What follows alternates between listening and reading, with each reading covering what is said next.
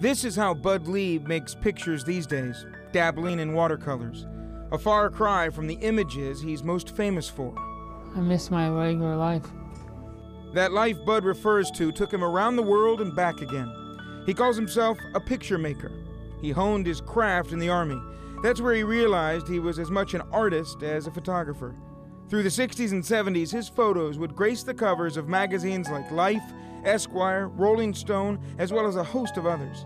He won Photographer of the Year for this picture, taken during the riots in Newark, New Jersey in 1967. But while he could capture terror, he could also capture whimsy. This is my personal favorite, Clayton Moore, shot for Esquire in 1971. He answered the door all dressed like the Lone Ranger. And we wandered around the house, and I just shot him randomly, candidly. He searched out the offbeat, beyond ordinary, he calls it. This is one of Bud's favorites.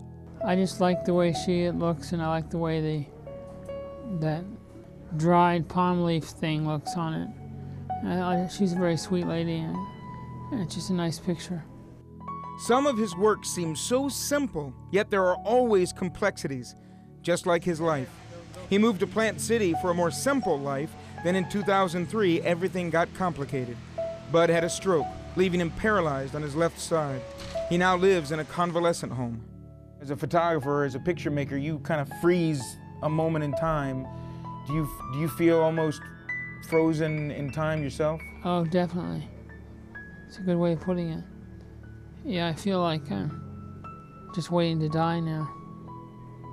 Bud fights depression. The painting helps, visitors help, and this exhibit of his work at the Tampa Museum of Art also helps. He feels alive knowing others are appreciating his work. Like so many of us, Bud just wants to be liked.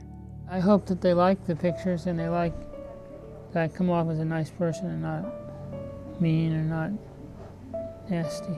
The photos are amazing, the composition compelling, and the man behind the pictures is just as compelling. A life spent focusing, he must continue the craft, but now focusing on living and an uncertain future. Reporting from Charlie's World, I'm Charlie Belcher.